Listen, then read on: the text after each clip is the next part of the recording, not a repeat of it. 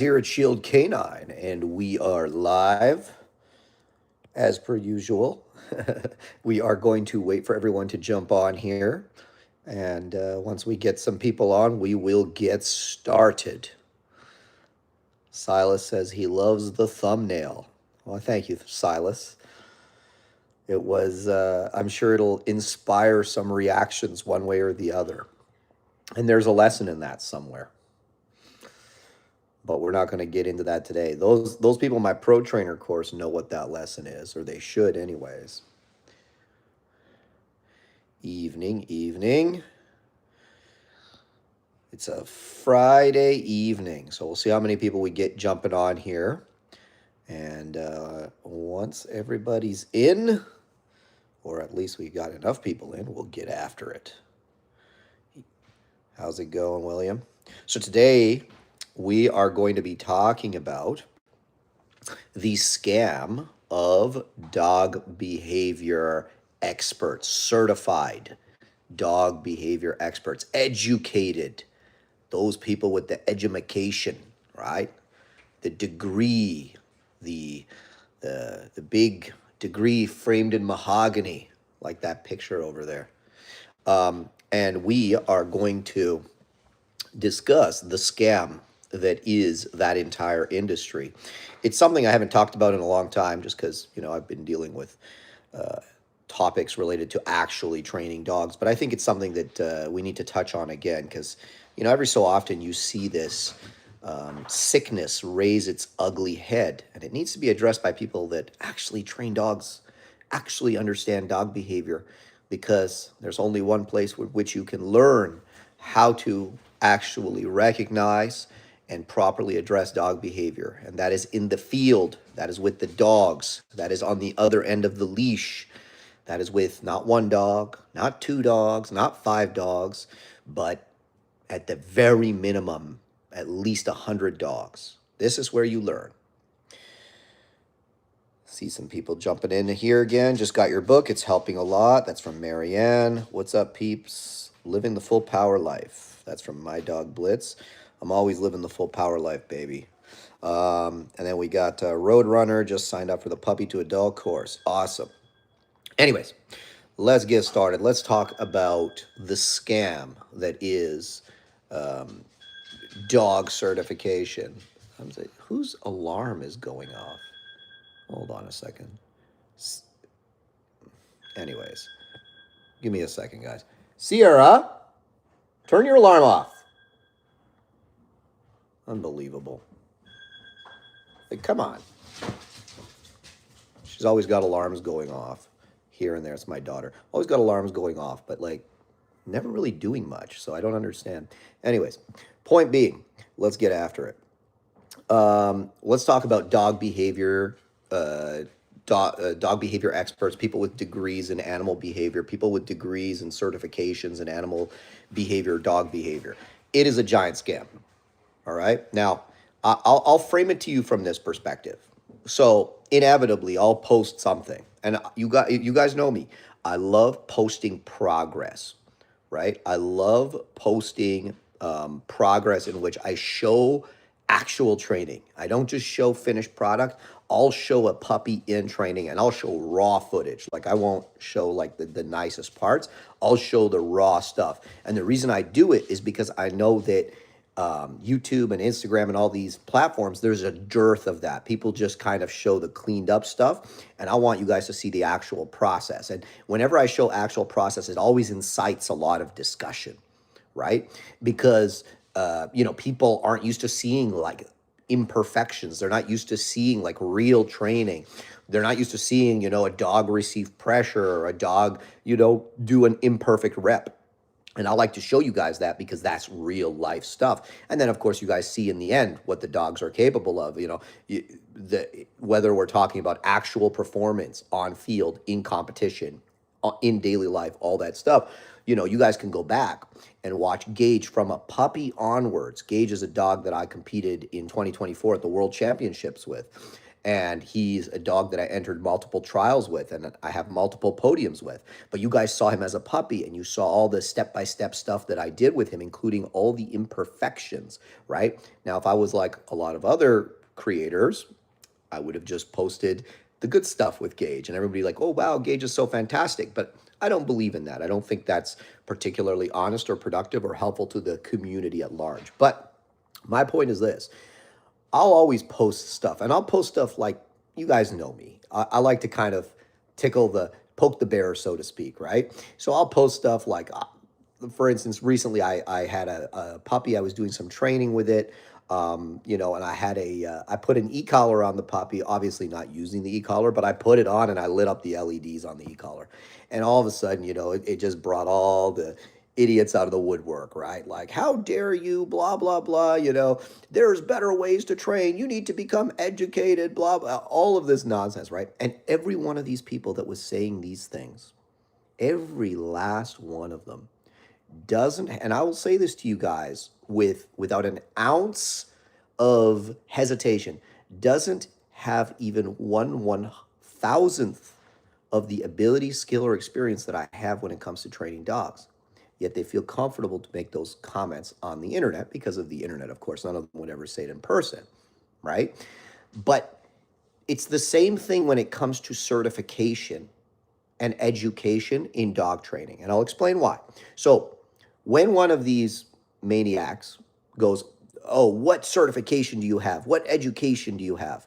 I always say, well, what education do you have? What certification do you have? And they'll be like, okay, well, I'm certified by the APDT, American Pet Dog Trainer Association or whatever, as a force-free, positive-only dog trainer. And I'll say, great, who certified you?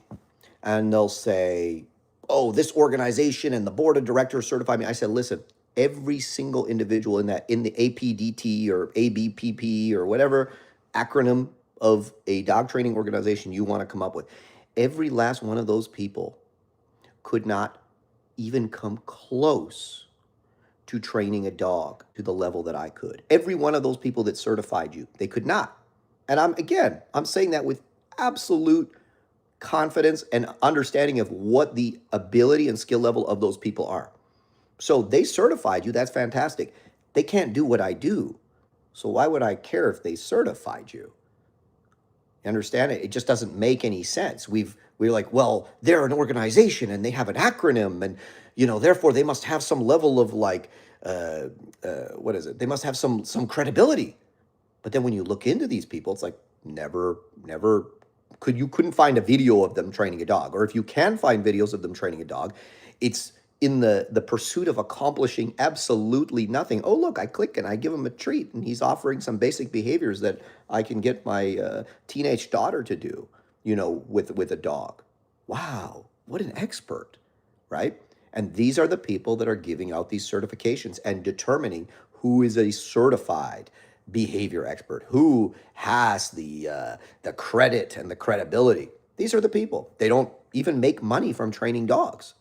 They can't, right? Like it's a part-time job for them at best because they don't have the ability to actually train dogs in a way that would help the majority of people, and therefore they can't even make a living at it. They fail at the most basic level when it comes to training dogs, and yet these are the people that are certifying and pushing for mandatory certifications, aka giving them the leverage on the market that they can't gain naturally by actually, through their ability, through their capability of training dogs. They attempt to backdoor. They come through the back door and say to the government, hey, only regulated dog training industry needs to be regulated. Only certified and educated, dog behavior experts or trainers or behaviorists or whatever should have access to being able to offer training to the public. And the government, who is inherently bad at everything and doesn't understand the nuances of dog training, yeah, that makes sense. We have certified plumbers, we have certified electricians. Why wouldn't we have certified dog trainers? Because the people certifying them are the least credible and capable in that field of dog training. But The government, of course, wouldn't understand that, and that's why they always try to go through that back door. Now, generally, they fail, and they have failed so far, thank goodness, but they're going to continue to make that effort. Now, when you speak about university, I am a PhD in animal behavior, right? When you understand the limitations of what a PhD, if someone's a PhD in animal behavior, that is not going to help them to train your dog.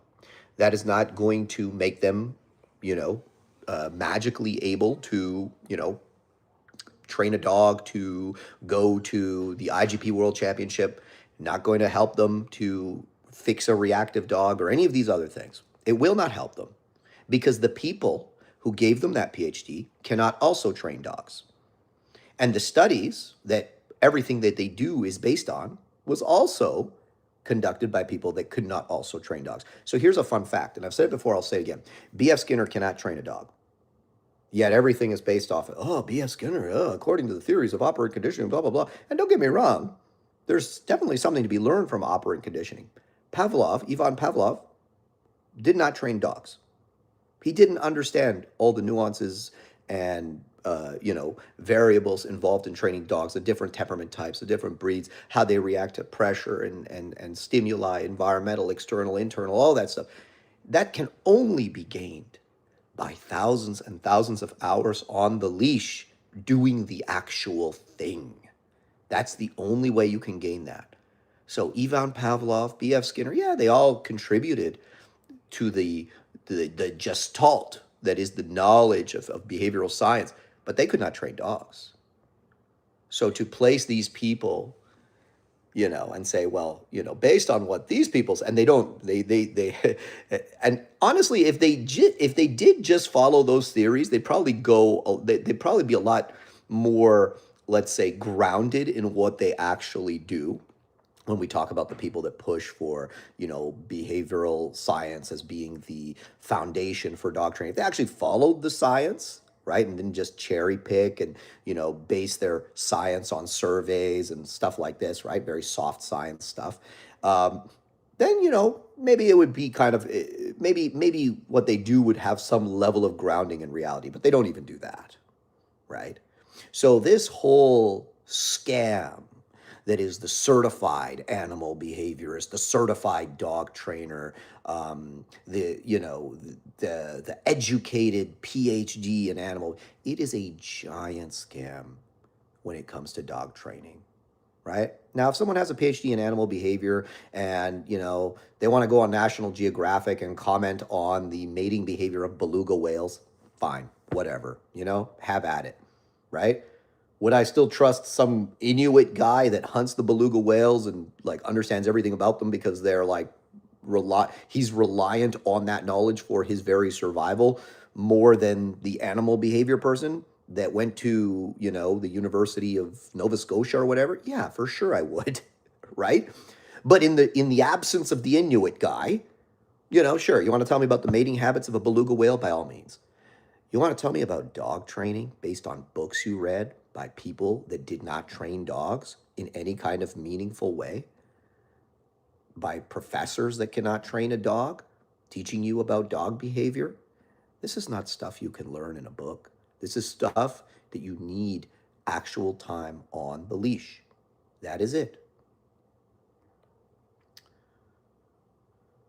Oh, Jeremy, another fun fellow with mental health issues. I think your comments reveal the level of IQ in which you're working. I am going to help you, Jeremy. You need to be silent and listen while adults are talking. And if you're unable to do that, I will ban you from this video and you will not have any of the attention you so desperately want. Probably didn't have a daddy in his life. All right, what else we got here?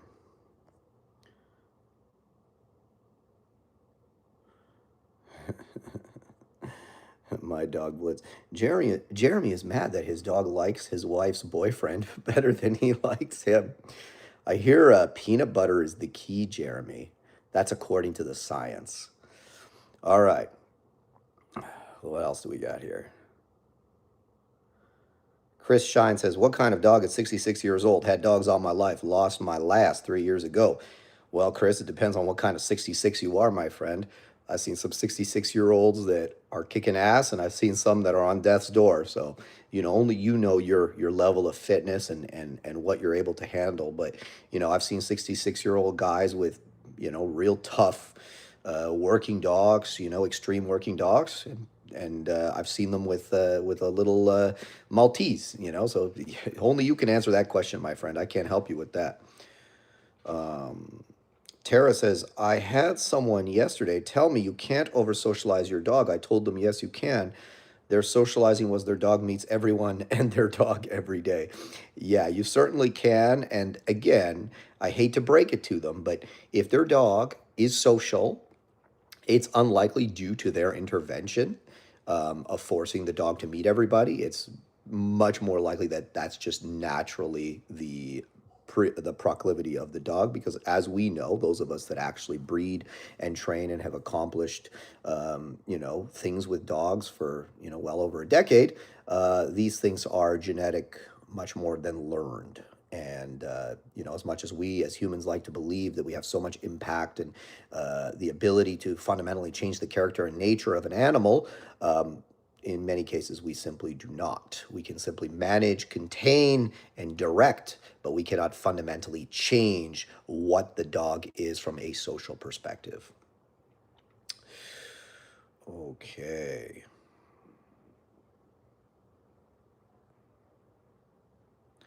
What else have we got here? Lady Geckofoot says, absolutely hate self-proclaimed dog behavior experts, veterinary or otherwise. These people who claim the best training is without aversives, but then put a gentle leader on a dog. And yes, that just shows their intellectual dishonesty, or maybe they don't actually know that a gentle leader, despite the name, is actually a tool of negative reinforcement. It makes it uncomfortable for the dog to do the thing you don't want the dog to do, right? Which is why it works in some cases. But again, your dog has to wear a thing around its nose, which it absolutely hates. When is my next Holland dog buying trip? I don't know. We'll find out.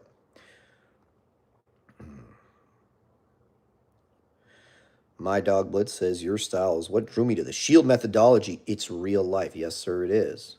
It is based on real life. I don't care. Honestly, guys, here's the thing. If positive only training was the best solution to dog training, whether it was creating reliable obedience or fixing reactive behavior or any of these other things, I would do it.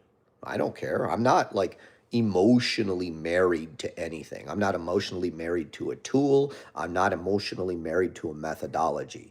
I'm emotionally married to what works. And when I observe something to work, and when I observe something to be effective, and again, the dogs don't lie. And I've tried a lot of things with them over the years. I've heard of different theories or studied different theories, even like theories like behavior adjustment therapy and stuff like this. And I have attempted various different theories just to see the impact on the dog, what works, what doesn't work, you know. And this is how you learn, and this is how you see. I don't take anyone's word for anything, right? Don't use an e-collar with aggressive dogs. I didn't take their word for that, right? A lot of people said, don't do that. I didn't take their word for that. I went out and I found out for myself the limitations of that, the possibilities of that. Can you use an e-collar with an aggressive dog? Yes and no, right? But you wouldn't know that just based on what someone else told you. I wouldn't know that based on what someone else told me, especially at the time when I was experimenting with these different things, because there was no, let's say, credible source of information when it came to that. Jay's channel says, Australia is heavily regulated. No prongs, no e-collars. I think it depends actually on the province in Australia. So because I have many clients there. Many trainers here believe in only positive training and report you if you don't agree. Well, yes, they would report you because, again, the veracity of what they do is not enough, right? It is not enough. That's why these people that subscribe to this aversive free methodology, which is completely unrealistic, both for humans and for animals, this is why they seek to regulate you using the force of the government. Ironically, they're attempting to force you to do something you don't want to do, or something they want you to do with the tool of the government. And the only reason you listen to the government is because the government has the monopoly on force, aka violence. Isn't that a funny thing? Isn't that ironic? And these people have no problem leveraging that force, that violence against you because you just don't happen to agree with them. And that can be applied to a lot more than just dog training. Isn't that funny?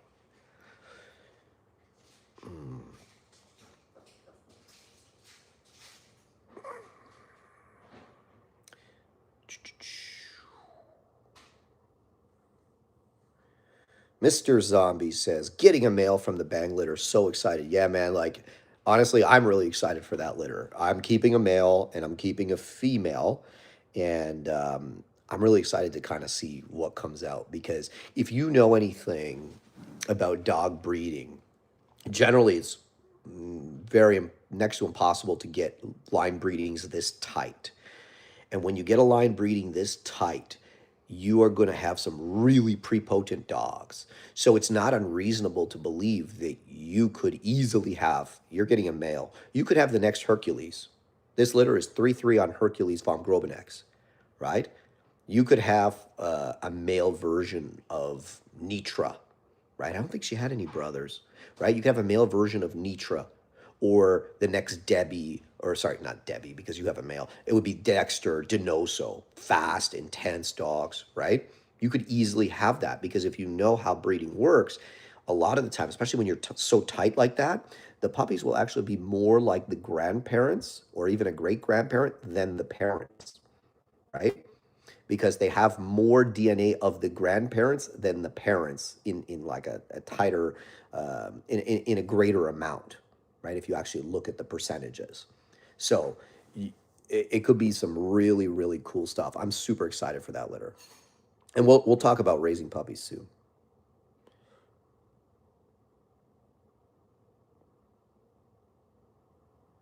Okay, what else do we have? When it comes to dog training, Has is definitely the man. Thank you, Lori. Um, the no pill man, epigenetics. One can only control the expression of genetics, not the genetics themselves. Exactly. Yes, sir. Um, what else do we have here?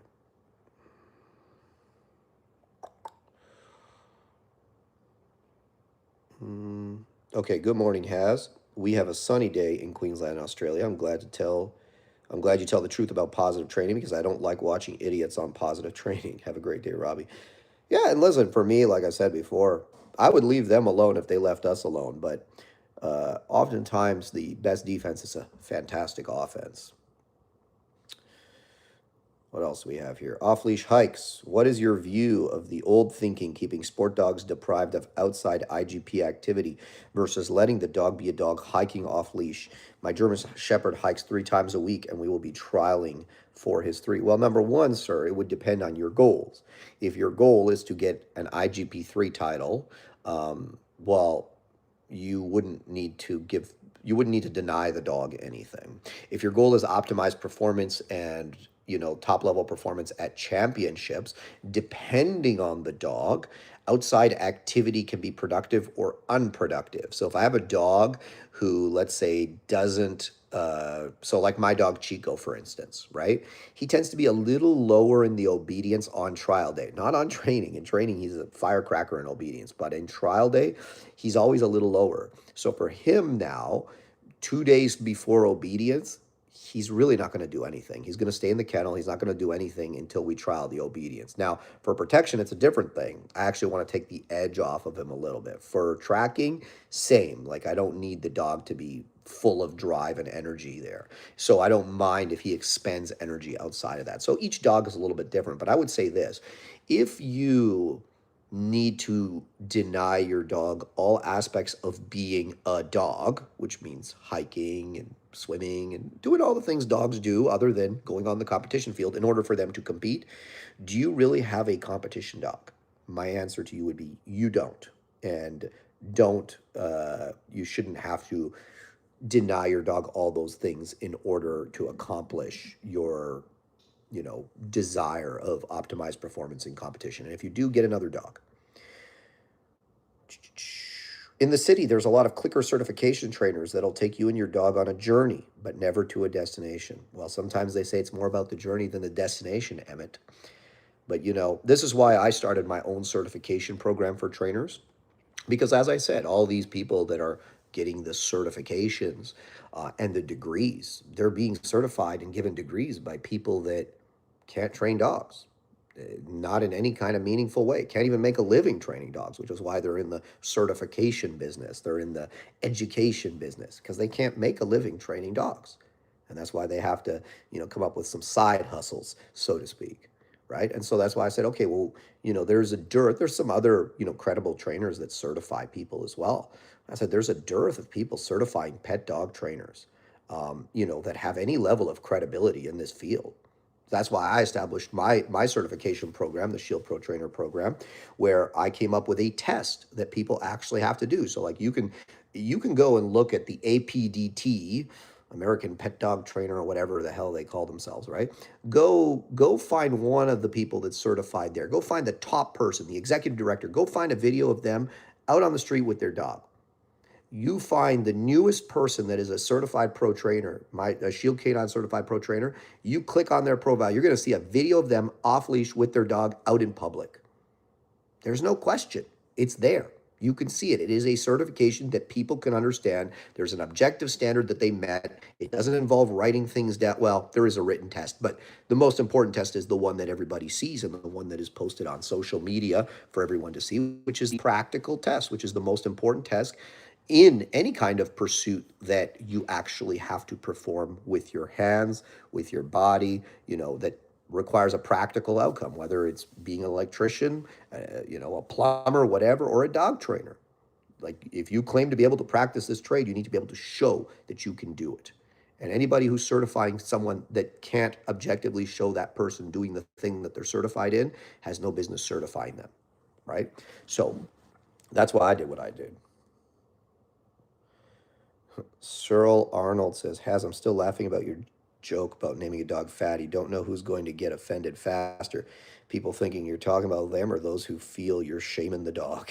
There's all sorts of crazy, fragile people out there in the world. And unfortunately, the problem with the internet has so many good things, but the problem with the internet is it has given all these mouth breathers a voice. And we need to begin to identify and marginalize these people. Let's see here. Mr. Zombie says, are you still planning on stopping the Shield Pro Trainer certification? I was planning on doing it with the puppy. I have put it on hold just because I did not have time to deal with all the pro trainers, and I was not going to take more on at this time. I will reopen the program soon. And when I reopen the program, I will announce it on the social medias. But yes, it is temporarily closed. Jade's channel says, just wondering if you have any idea when your new e-collar video course might be coming out. You mean my e-collar webinar, my full power e-collar webinar? It is out. It is available. Go on shieldcanineonline.com and you will see it. Okay. What else do we have here? Larry Fetters says, I've seen you use an agitation whip when transitioning into prey during bite work as a marker. What other ways do you use the whip or stick for during protection work? It is an extension of my arm. It is an extension of my arm. So yes, I can use it to mark a transition of drives, or I can actually use it to agitate the dog, right? And to stimulate the dog into, a desired behavior. It's a way I can touch the dog without touching the dog with my hand, right? Okay. Oh, by the way, guys, everybody watching this, I am going to, for a very short time, make a discount code available that will apply to all my courses except the Pro Trainer course. I believe it is 40 full power. I'll put it in the description after this. 40 and then full power, all caps. FULLPOWER, for those of you that don't know how to spell full power.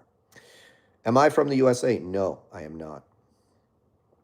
Okay, Ariana says, got a psychology degree in college, then my first puppy. Funny how once I started working with a balance trainer, the theory I learned started making way more sense. Exactly. Theory to practice. You cannot function simply off of theory. Theory is just like a bunch of information in your head.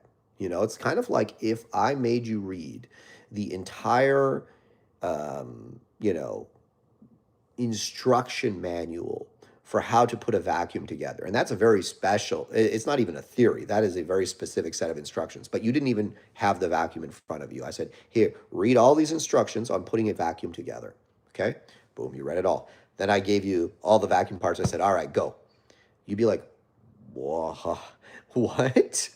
Right? Because all the work, even though that's a specific set of itemized instructions, you know, having the parts of the vacuum in front of you without the instructions is very different, right, than having the instructions in the vacuum together. And what happens is dog training is when you read all these theories, you can read them and take a test on them and do multiple choices and do all this type of stuff.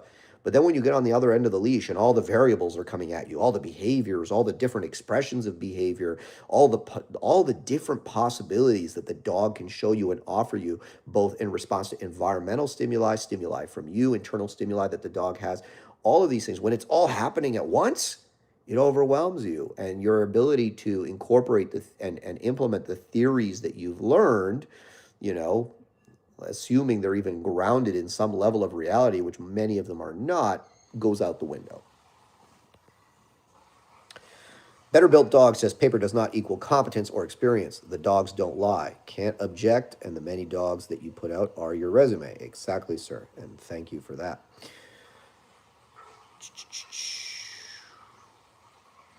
What else do we got here? Can I raise a Shih Tzu puppy as someone working a typical 40-hour job? How do people manage puppies? Am I stuck just having a pet doodle? No, you can certainly raise a puppy working a 40-hour job, a 40-hour-a-week job.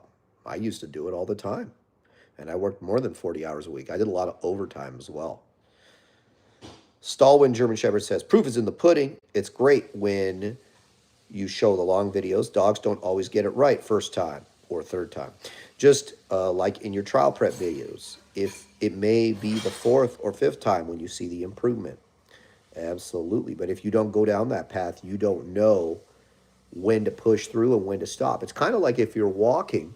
Let's assume that you had never navigated anywhere before, and I turned you loose in the woods, right, with some broad kind of parameters of how to get where you're going. So you go and you're walking in the woods, and you, okay, like everything's good, we're following according to plan, and then all of a sudden, maybe things start looking not correct. Things start looking not right, right? The path is no longer clear. And then you're faced with the question, do I go back? Do I stop? Do I go back? Or do I push forward? And that is a question that only experience can answer. Going through the darkness, going through the uncertain place, going through the difficult place. When you see a dog in training and you're training with the dog, and the dog is starting to show you things that maybe you haven't seen before, because again, you don't have that requisite experience with so many dogs. The dog is showing you stress. The dog is showing you avoidance. The dog is showing you, hyperarousal, redirection, all sorts of possibilities, flight, fight, whatever. Do you keep going? Do you stop? Do you reverse course? You don't know the answer to that unless you've actually been there before. Or you have someone that's on your shoulder that has been there before and that can guide you. And that is dog training in a nutshell, right? And sometimes you're going to have to, well, not sometimes, you are going to have to go down that road on your own.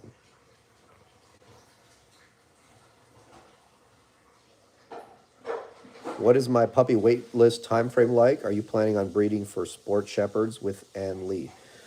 Well, I have 2 black males available from the Babe X Yarrow litter. The Babe Yarrow litter, we have 2 puppies available right now. They're 7 weeks old, so they'll be ready in a week. Kathy says, I think dog training is more of an art than a science. It is both, Kathy. It is both. It's not like, I used analogies like plumbing and electrician because, right, like these traits follow very specific rules of This is the right way and this is the wrong way. And if you do this, it'll always work. And if you don't, it won't. And that's because we're talking about mechanical inert objects, right?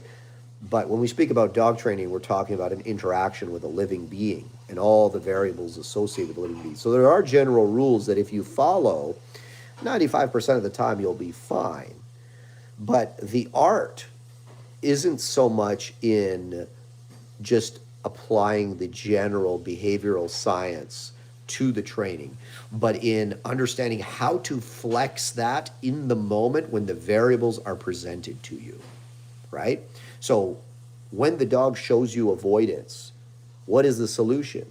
Continued application of negative reinforcement until the dog comes through avoidance into a productive behavior, reduction of the pressure being applied, and an increase in positive reinforcement to entice the dog into the behavior, right?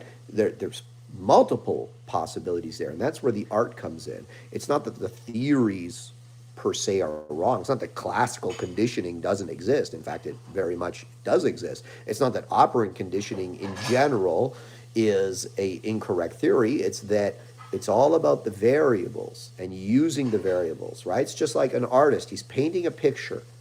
He's using all the colors in the color palette, but when should he use black? And when should he use white? And when should he use broad strokes and thin strokes and heavy strokes and all the, variables associated with painting the picture with the colors and the brush strokes and all? Only the artist is able, right, in the moment to make those decisions. That's where the art comes in.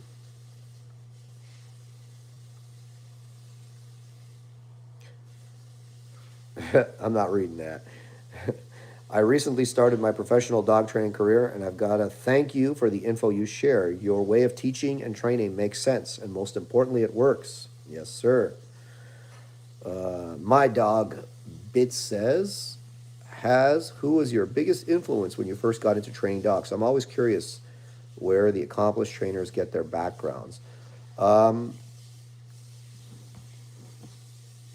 That would totally depend on the moment in which you asked me. But there are various trainers that I studied. I never actually went to any of them, but there are various trainers that I studied that gave me bits and pieces of what I do now. What I do now is an amalgamation of many things, and a lot of it is trial and error, right? So, man, I'm trying to remember his name. Is it Don Sullivan? Don Sullivan. He's an old bird dog trainer. I actually learned a fair bit from watching his work. Again, I don't do everything that he does, but there are elements of what he does in the work that I do.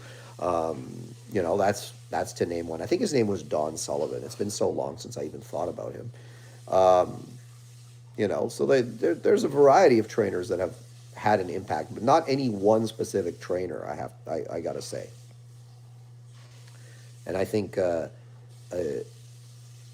good knowledge comes from a variety of sources, not just one source.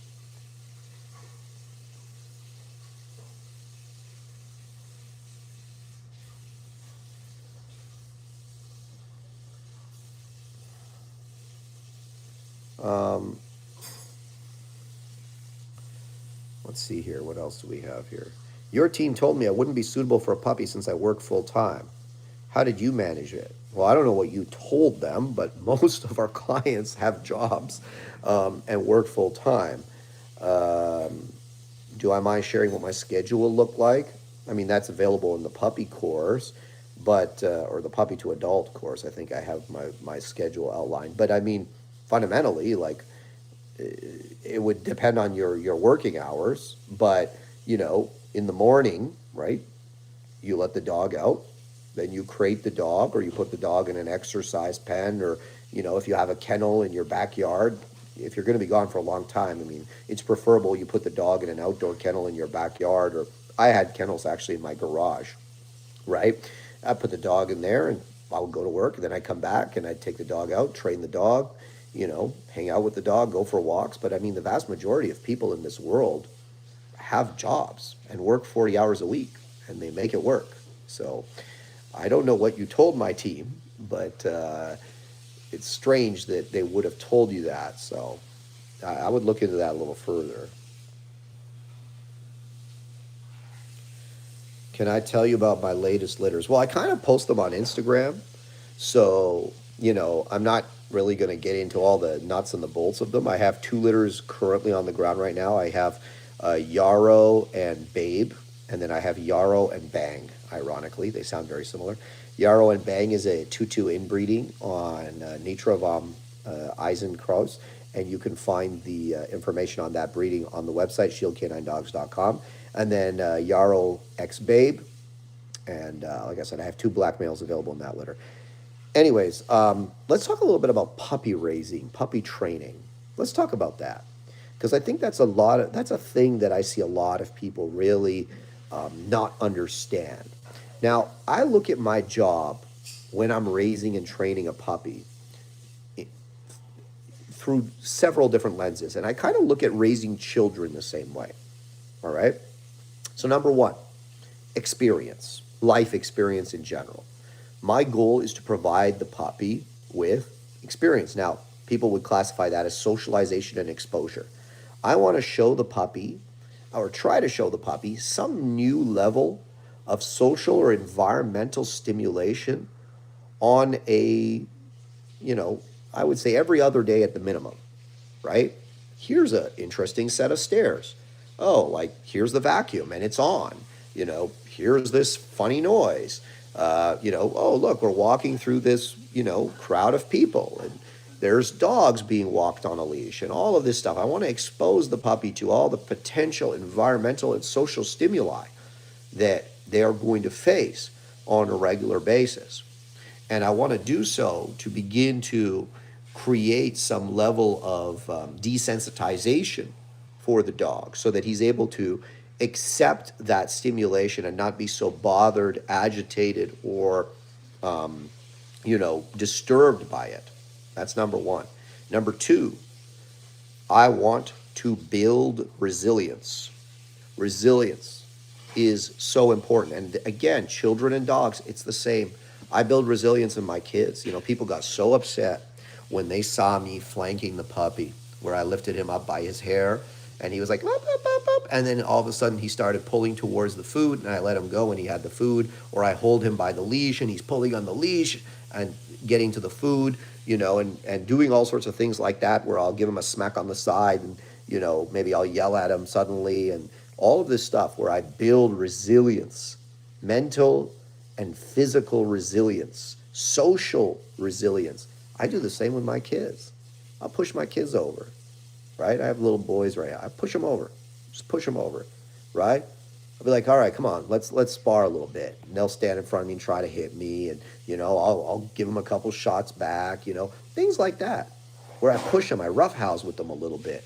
Oh, usually in the context of play, right? But enough where there's a little bit of stress elicited, and they learn to come through the stress into something productive, a productive and desirable and rewarding outcome. Puppies, children, it's the same, right? There's a reason why there's so many fragile dogs out there these days, and there's so many fragile people out there these days that need a safe space, because someone said a word they didn't like, right? I don't plan on raising dogs or kids that are like that. And the reason why is because they just weren't exposed to that level of stress. Example, right? You read about what people would do, like, you read about like 7-year-old kids working in coal mines in the 1800s. And in like 1943, there was a bunch of 17, 18-year-old boys landing on, Normandy Beach and storming a beach in the face of, unbelievable levels of death and destruction. And you say, knowing 18-year-olds today, how is that even possible? Right? How could they have done that? Like 18-year-old people today are not capable of something like that. It's all about what you expose them to, what level of stress, resilience towards stress, both social, internal, external, that you build within them, and the expectations that you have for them. People and dogs generally rise to the level of your expectations. The more you expect from them, and subsequently the more you test them and put them in situations where, of course, graded towards their level of experience, their age, so on and so forth, reasonable things, of course, right? The more that you put them in those situations, the more you'll find that they rise to the occasion, right? And again, it's important to emphasize that this is a graded thing. This is not something where we're like, all right, let's, put the puppy in the most crazy and difficult situation possible. No, let's put him in let's give him a small level of stress and difficulty, right? In something. And then let's have him be successful there, and let's not allow him to not be successful. There's a no dogs and no children left behind policy here, right? We don't allow failure. It's not a possibility, right? You are going to walk up those stairs and you're going to walk back down those stairs, right? If I'm, sparring with you, you better hit me back or I'm not stopping, right? Like there is a level of expectation where the pressure stays on until you do the right thing. And by doing that over and over again, they learn and they develop a resilience, and then they develop, even more importantly, classically conditioned responses to stress and to pressure, right? Classically conditioned responses that are productive, not avoidance, not flight, forward productive movement into some level of some type of productive behavior. So building resilience is a big part of what I do when I raise puppies. And of course, every puppy and every human has a ceiling, right? Their genetics give them a ceiling where it's like, okay, this is about as good as it's going to get. We're not going to get much better than this, right? But it's up to us to help them reach that ceiling. And there's a lot of dogs, and again, a lot of people that never reach the ceiling or come even close to it because they're never pushed to get there. And by not pushing them to get there, you're inflicting a huge disservice on them, right? So for me, with the puppies, when I raise them, building resilience is key. And then the last thing is teaching them behaviors, teaching them how to heal, it depends on what you're doing with them, right? But like whether it's pet behaviors or advanced behaviors for competition training, right? That's the last thing for me. Because without the first two things, I don't care how many behaviors you taught that puppy, it will all fall apart. The second some level of stimulation, inflicts stress upon the dog or overly disturbs or arouses the dog. But if you've done the first two things, the socialization, as I said it, not socialization as most people think of it, the exposure, and then you build the resilience, and then lastly, you build, the fundamental behaviors that you want the dog to know. These things all come together into a puppy being all it can be. So hopefully that was a good summation for those of you that wanted it.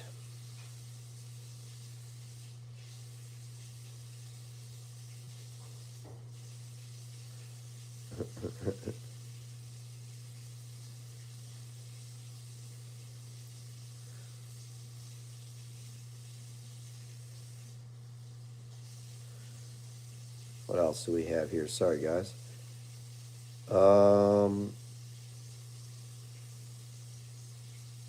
Do I have a cure for yeast infections in German Shepherds?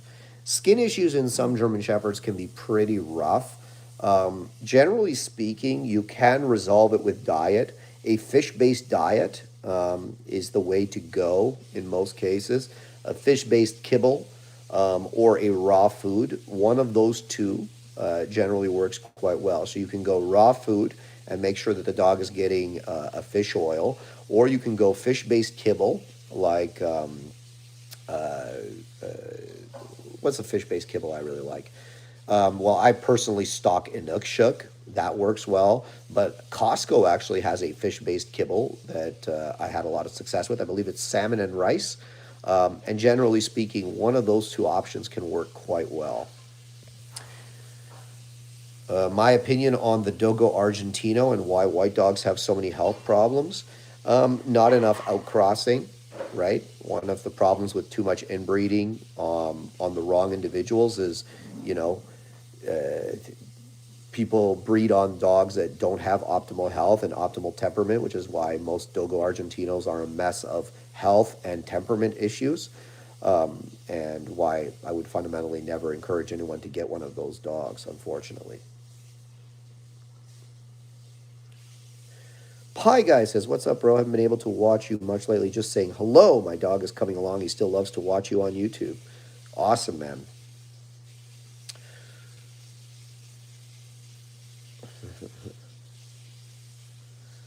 Let's see here. How long have I been training and breeding dogs for? Well, I've been training dogs for 15 years now and breeding at least 10. No cigar today? No. No, I haven't had a cigar in a minute. Thanks for reminding me. Maybe I'll have one this weekend. How's Hammer doing? Have you decided between him or his sister? That's from Khalil. What difference do I see between them? Well, Hammer's big. He's a male, so he has testosterone, or he will have testosterone. But his sister is a very spicy female. So the difference is the sister is a lot more active. Her threshold for being active, as you should see in the video, like she's climbing the fence, she's barking nonstop, and he's kind of standing there wagging his tail. They actually both have the same level of drive.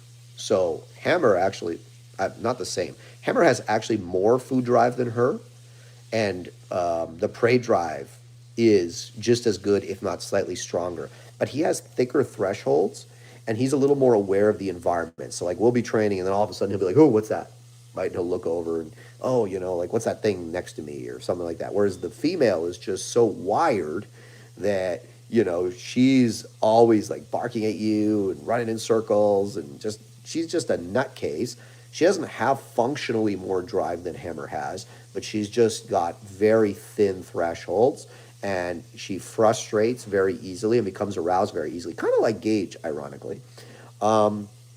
So she's a lot less like concerned with the environment that Hammer is, right? Hammer is like, "Oh, what's that? I gotta look at it. Okay, let me see it. All right, now I'm over it, Whereas the female's more like, "I don't even see anything. I don't know what's going on. I'm just doing some shit," right? So my thing is, Hammer's probably going to be a substantial dog. He's probably going to have quite impressive protection. He has insane drive, so I have no doubt he's going to have the drive to do all the work that I want him to do. My concern is that that lookiness that he has right now won't sufficiently fade, and he'll carry that nerve for, long enough that it affects me in high-level world championship level competition. And I want a dog that I can walk into a stadium with and like not have the dog doing the little looky-loo. Like Chico does that. Like you'll see him if I'm competing with him in the stadium, every time I give him a position, like a sit in motion or down in motion, he'll hit the position and then he'll have a little look around, and then, he'll focus back on me. And I hate that. And that's in part just kind of like the natural temperament of the dog, the need to look around and take it in and, make sure everything's okay. Whereas the female strikes me as just, being able to just like not give a crap about where she is. But the thing is, Hammer's got more power, but will he be able to express the power at the highest levels? I don't know. So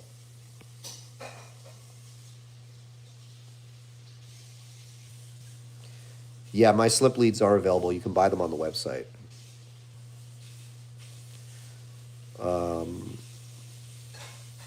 What dog without training is most likely to nail an attacker? Most likely like the livestock guardian type dogs. You get yourself like a relatively confident Caucasian Ovcharka. Those what are those things? Those alibis, dogs like that. But the type of dog that's going to nail an attacker with no training is also generally the type of dog that's going to be a pain in the ass for you to live with if you don't want to train it, because you're always going to have to be careful that he doesn't go and nail the wrong person, right? What is my opinion on the Hassan Piker shock collar situation? I've already given it before. Hassan is a degenerate, and he stands for degeneracy. So I have no respect for him personally. Do I have a problem with him using the e-collar to maintain a place command? Other than the fact that it would be intellectually dishonest with all his stated positions, aka being a woke, insane person. No, I mean, it's probably the most reasonable thing he does. But what I find with these types of people is they tend to be quite intellectually dishonest, and their positions on things tend to be more for public consumption so that they can appear to be morally superior versus their actual true beliefs. So I'm not surprised that he would show that level of, let's say, incongruence with his own personal dog. How should you handle a dog who is too interested in other dogs? He won't break command or become reactive, but he hackles up and fixates and leans into me while healing. Uh, so you should definitely correct a dog for any level of arousal towards another dog. But, I'm not seeing what's going on, so I'm not going to tell you what you should do because I can't actually see it. Am I planning to compete with Bang, given the successes of her mother and grandmother as champions? No, no, I'm not. I am not. Let's see what else we got here. What things do I personally want to see in my next competition prospect? Strong nerves, strong drive, good pedigree. I wanted a big male because I've said it before and I'll say it again. You get big and pretty points. So, we'll see if Hammer's got what it takes, but you won't know for a while. What else do we got here? Daniel says, love your work. Thank you, Daniel.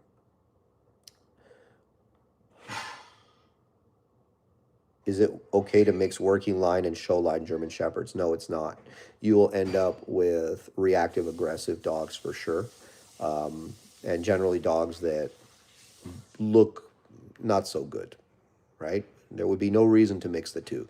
The working line German Shepherd and the show line German Shepherd are essentially different breeds at this point. There is no commonality beyond the fact that we call them German Shepherds. They're more different. I would say the working line German Shepherd and the Belgian Malinois have more similarities than the working line German Shepherd and the show line Shepherd. There would be absolutely no reason or benefit to breeding them together. I train any dog that has the word canis in its species name. So there is no type of dog I don't train.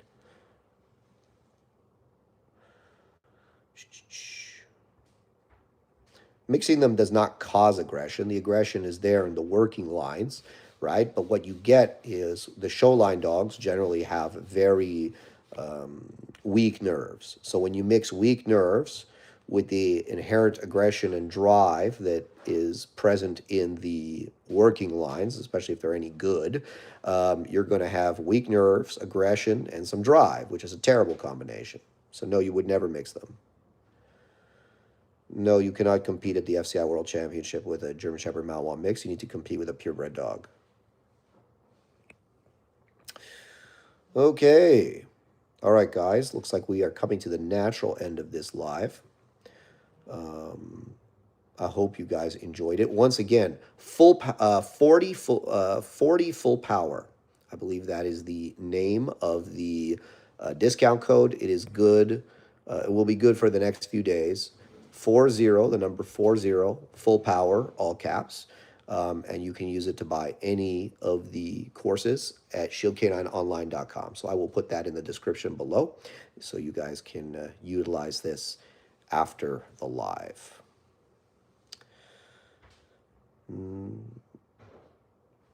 All right. Okay, guys. Nice talking to all of you. I hope you have a fantastic weekend, and I'll see you on the next one.